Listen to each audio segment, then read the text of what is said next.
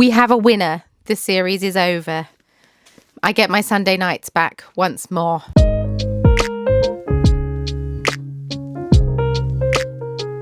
Hey everyone, it's Hannah, and today I'm going to be talking to you about the final of Game of Wool, episode 8. Oh, it was a bit spicy. I hope that you're well. I am recording, it looks like the middle of the night, but it's 5 o'clock. It's 5 to 5. I'm recording this. I've been out for the day. It's the week of Christmas. Today's Monday for me, the 22nd. And my sister came round and picked up me and the pickle to go and see her great-grandma. The pickle's great-grandma. Mine and my sister's grandma, who's about an hour and a half away. So we've done lots of driving today. We left quite early to try and time it around the pickle's naps. And she did great. She slept the whole way there. She slept the whole way back. I don't know what we're going to do about bedtime tonight, but that is why I'm coming at you with a ring light, because it looks like the middle of the night. My face looks so pale. I did my makeup in terrible lighting. So if I look a bit washed out, that's why. Hello, how you doing? So we finally have a winner of Game of Wool. This episode is going to contain spoilers, unsurprisingly, because I'm summarising Game of Wool. I'm sharing my thoughts and feelings and opinions about the episode. You're welcome to voice yours in the comments down below if you agree, if you disagree. I haven't seen anyone's discourse on the final because I've been off my phone for most of the day because I've been chatting to my sister who was driving and being with family. So I haven't seen any online discourse about it. So if there's something I've missed, I sincerely apologise. But, oh, what a spicy final. We find out that the winner of Game of Wool wins a pair of golden needles on a knitted cushion in a skein of yarn, an unwound ball of yarn. I guess it's an apt prize. And then also the accolade of being Britain's best knitter. I mean, I knew it wasn't going to be a monetary surprise. None of these shows have monetary prizes. That's not what I thought. I just thought the trophy, I don't know. I thought the needles and the wool would kind of be golden. But that's fine. That's fine. Bake Off, they win a cake plate. I can't remember what they win in Sewing Bee. Oh, one of those tiny mannequins. I've always wanted one of those tiny mannequins. Always. That's all my life. All I've wanted is one of those. Like the drawing reference man. I don't know. They just look like fun. I always wanted one and I never got one. Anyway, much like last week, we start with the group challenge, which confused me last week, but we've settled into it now. The sudden change from last week, but I think it might be because they didn't want to end on the group challenge. They wanted to end on the solo challenge, which I kind of understand. Like I get it, but at the same time, mix it up a couple of times throughout the series, just so it wasn't such a shock last week. All three contestants, Holger, Lydia, Ailsa, are working together in this group challenge, all three of them. We have the very British challenge of making a postbox topper. If you're not in the UK, you might not understand what this is, but our post boxes get topped by things. That doesn't make any sense. If you're not in the UK, you might not have heard of this. I don't know if it's done elsewhere, but our post boxes, they're tall, they're red, they have a flat top.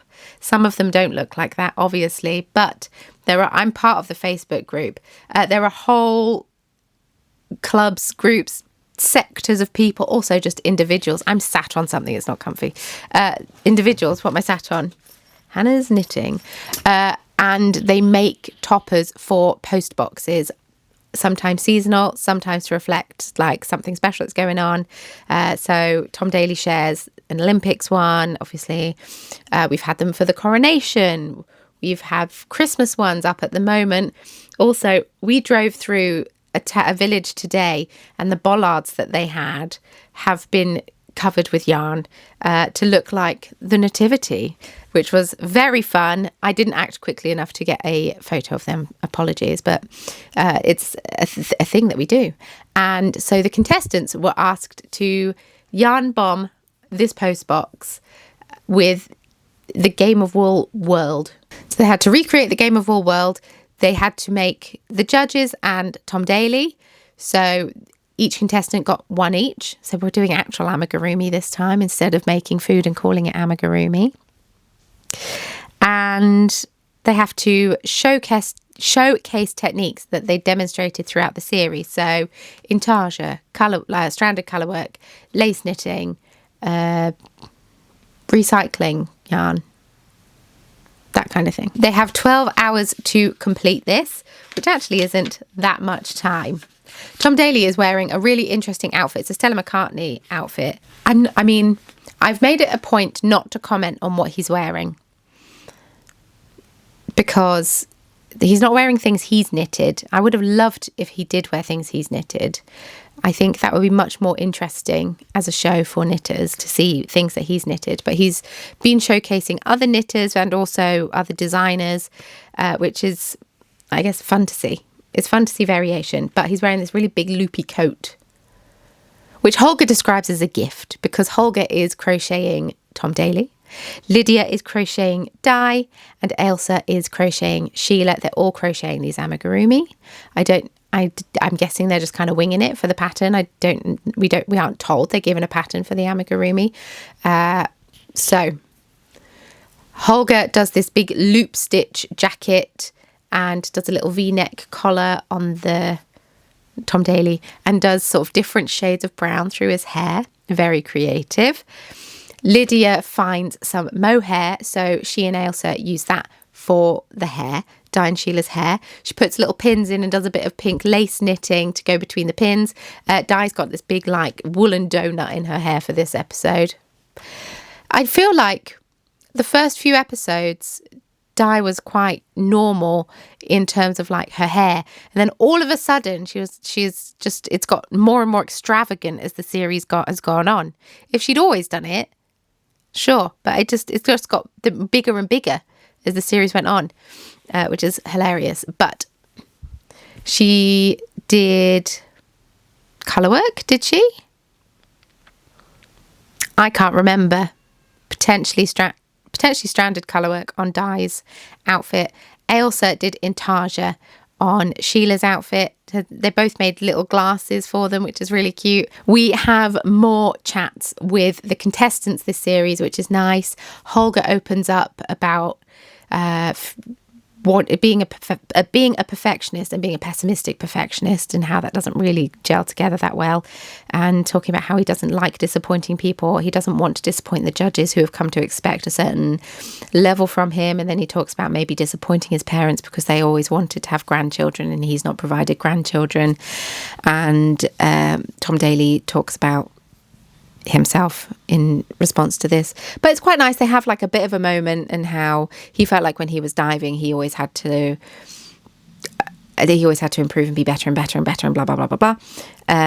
So it is quite a sweet little moment that they have. But it was like, that's the response that you chose, sure.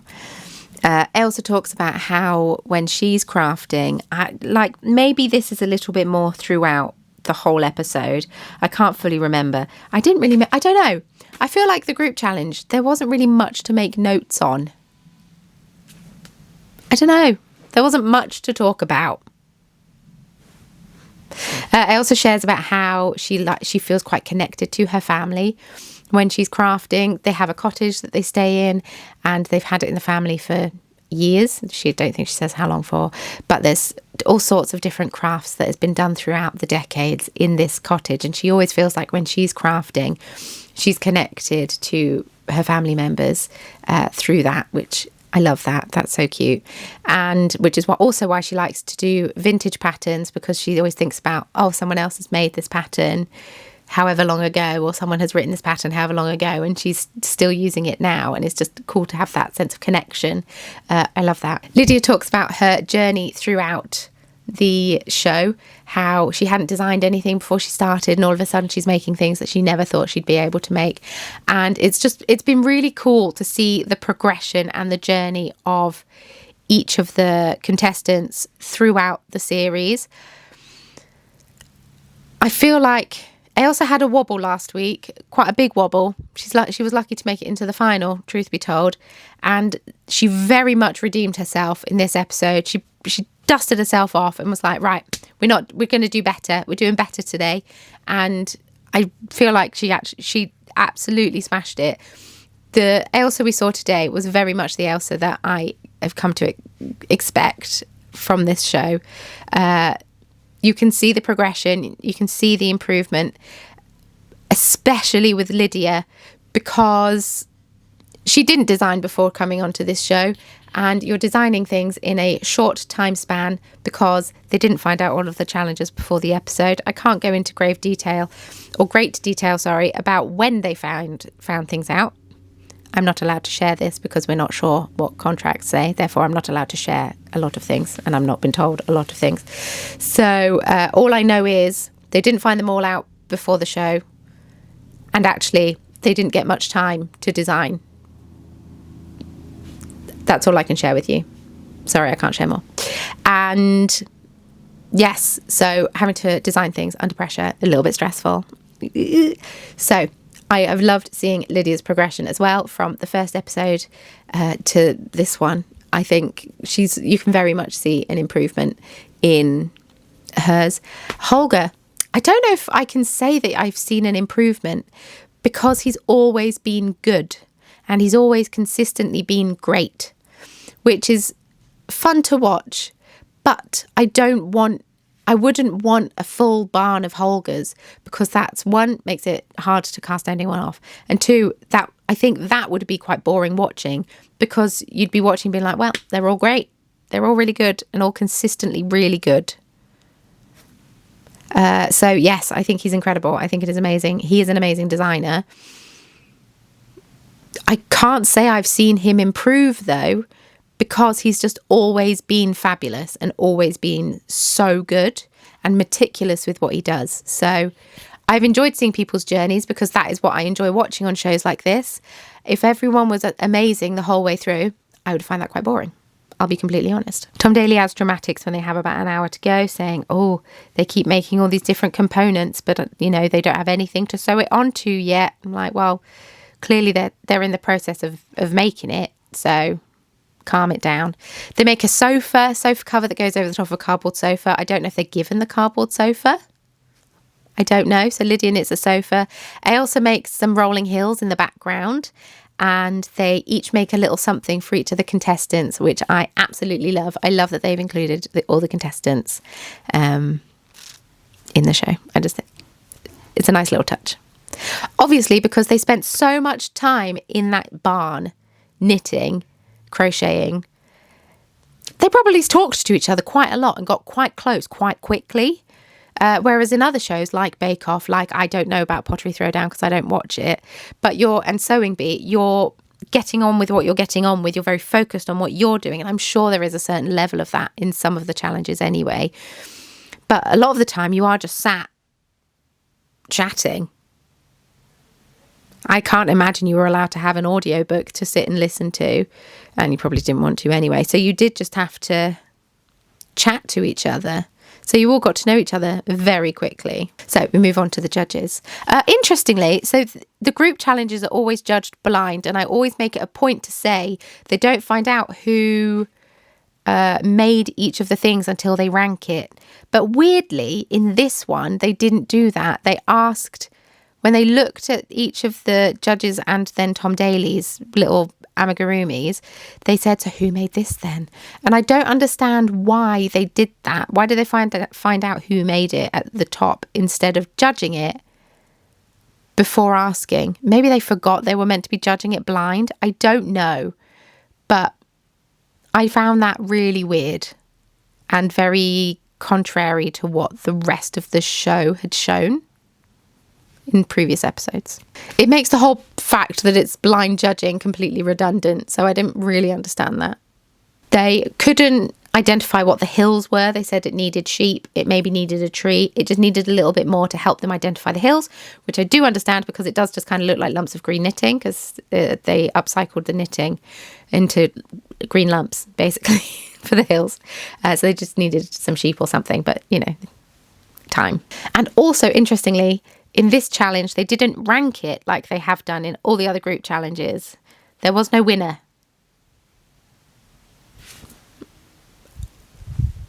I don't know why. Maybe they did in real life, and maybe it was just to add dramatics for the final, so we couldn't guess who was going to win. Even though they made it quite obvious the whole series. Solo challenge time. They had another 12 hours. So obviously this wasn't filmed on the same day. And also, I'm pretty sure they wouldn't have been allowed to do 12 hours non-stop knitting anyway.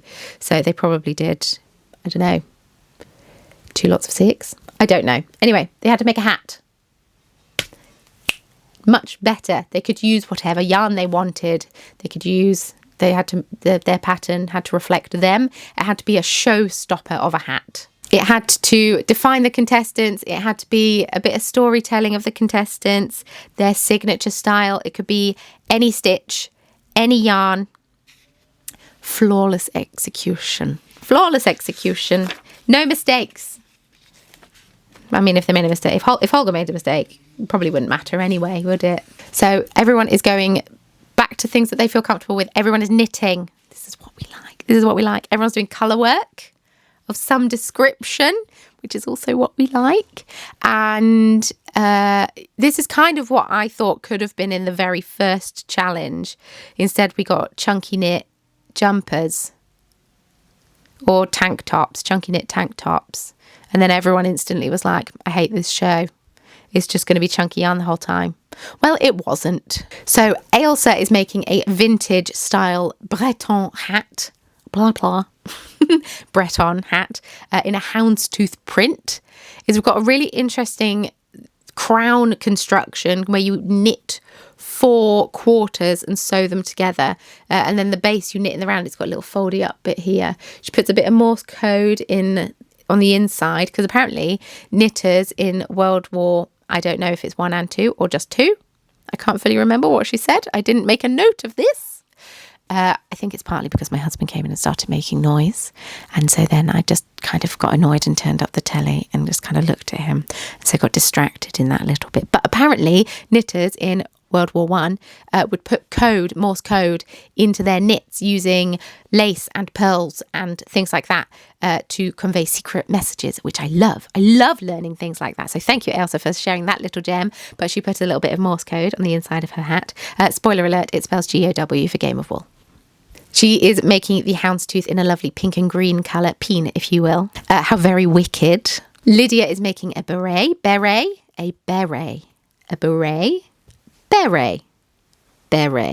Lydia is making a beret. She is using her own hand-dyed yarn, Weiku yarn. Spoiler alert, she has brought out a kit for this hat, as she should.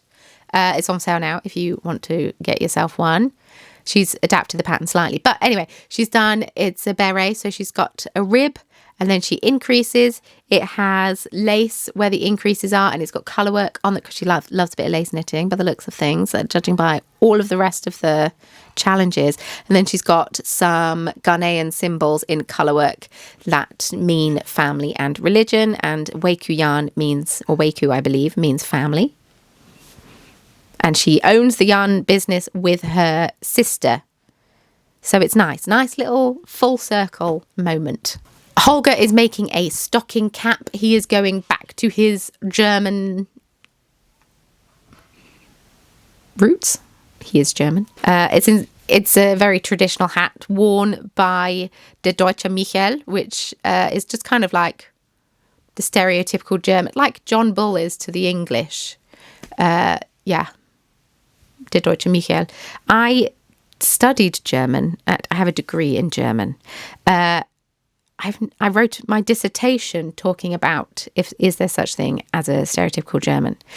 I don't remember ever learning about Der Deutsche Michael, and that doesn't mean that I don't know.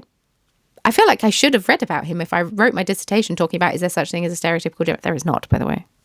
But yeah, I should have heard of him. Anyway, we're doing colour work, we're doing cables, we've got a little picot edge at the front. The colour work on the cap is the same colour work that he did in his tank top in the first challenge. And then we got a big old cable going down the length of the hat, which is apparently a Bavarian alpine cable, which is fun. Fun. Love that. I imagine it's something that would be on the Strumpf of the Lederhosen socks, the Lederhosen outfit. with the Stormfur. We already have drama early on. Lydia casts on too many stitches for her rib. She's already knit the rib. So Holger just says, roll with it. If it fits on the mannequin, roll with it. And she does. Later on, she solves the problem by putting a bit of elastic through, because she did a double brim.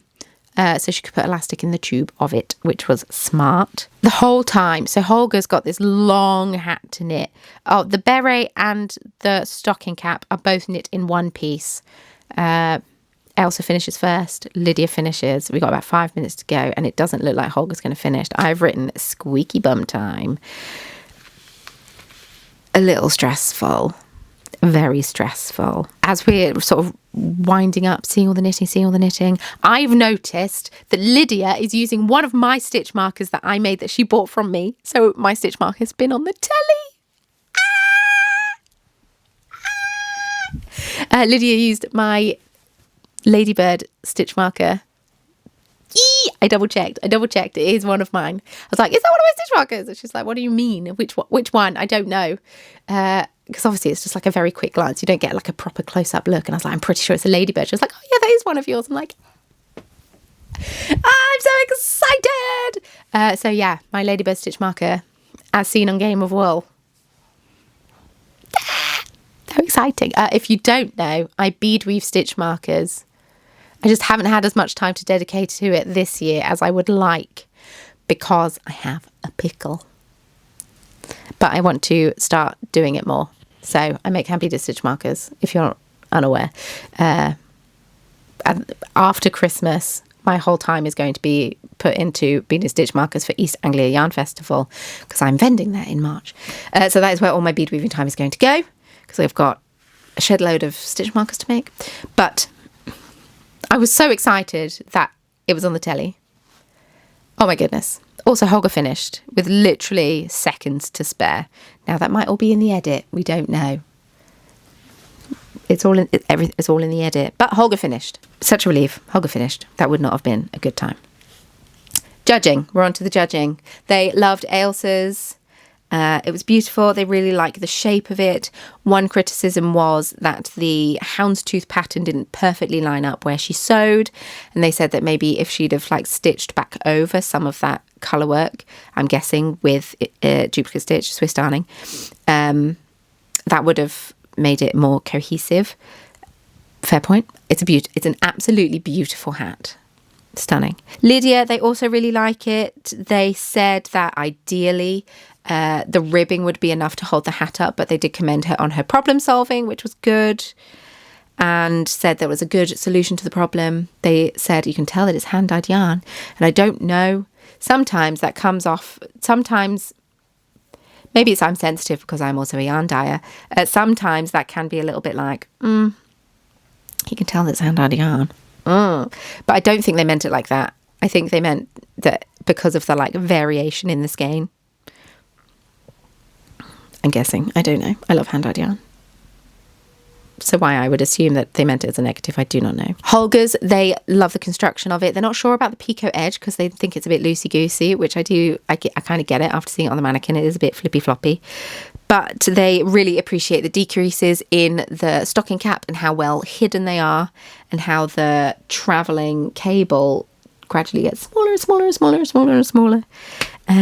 But yeah, all of the contestants from the previous episode come back, including Gordon. Yes, Gordon. And the finalists, family / and or friends, come into the yarn barn as well. So it's quite the party. So we hear from some family and friends of the contestants, which is nice. It makes them even more human than they already were. And we find out the winner is Holger. I literally, up until they announced it, I was like, oh, you know what? I can't call it, because they were all three. It was so close. And if we're judging literally on this episode and we're not looking back at all the other episodes, which is what they do for most of these shows, it could have been any of them, which was quite exciting viewing. But then they announced Holger, and I was a bit like, oh, okay. It was unsurprising that he won, because he was just so good. And he was a deserving winner. But it was like, oh, I kind of was hoping that they'd throw a plot twist in there and we'd all be like, I wasn't expecting that. But that didn't happen. So Holger won. Congratulations to him. He is an incredible designer, knitter, crocheter. He does crochet buttons, and that's all it takes. I'm joking. I love that he won. He's very, very good and a very deserving winner. King Cole have come out with hat patterns for Ailsa's hat and Holger's hat. Weiku Yarn, who is Lydia and Hannah, her sisters, hand-dyed yarn business. They have come out with a kit for a slightly adapted version of the hat, which is also lovely. So if you want to make any of these hats, you know where to go. And we have a winner. So, overall thoughts on the show. Now the series has ended. Do I want another series? Yes, I do. I really liked this in the end. I was very skeptical. The first few episodes, I very much was like, what is this show? What is this show? And then, especially that first episode, I think it's because I had an expectation of it and it wasn't what I expected, but not in a good way. I was worried that the show would entirely be chunky yarn and blah, blah, blah. And it was just like, ugh. But as we went on and as we saw the knitters improve and as we saw more variety or a greater variety of skill, I have come away from the show being a bit more inspired and a bit more like, oh yeah, I want to do colour work. I want to do this. I want to give Intarsia another go. I've not done it in years. And just like all these little things that I didn't necessarily feel with the first few episodes. Like, I'm not going to make swimwear. I'm not making dog clothes, you know? It started disappointing and it did improve. I think the judges, they could either edit the judges better, because we don't actually know, but it feels the judges sometimes feel a bit wishy-washy in what they want, and it seems like one rule for you, another rule for the other contestant, and it's a bit like, okay, Tom Daly needs someone to bounce off of. He's very awkward on his own. He needs someone else there, maybe a comedian, maybe someone who is funny, because obviously his jokes are all written for him. He just doesn't have the delivery. It's awkward. I would also love to see more education on the show. I'd like the episode to be half an hour longer. I'd like to see more education on the show. I'd like to see like a technical challenge where we learn techniques, or we're taught about techniques and the contestants have to do the techniques. And I think that we've like the lace panel. That was a really fun challenge. More like that, I think, would be good.